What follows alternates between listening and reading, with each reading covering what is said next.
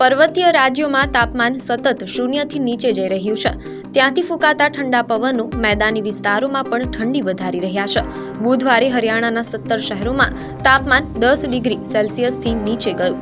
નારનૌલમાં સૌથી ઓછું તાપમાન 5.5 ડિગ્રી સેલ્સિયસ નોંધાયું. બિહારમાં ધુમ્મસને કારણે 52 ટ્રેનો રદ કરવામાં આવી અને 14 ફ્લાઇટ્સ મોડી પડી. હવામાન વિભાગ દ્વારા આજે પણ રાજસ્થાનમાં વરસાદની ચેતવણી જાહેર કરવામાં આવી છે.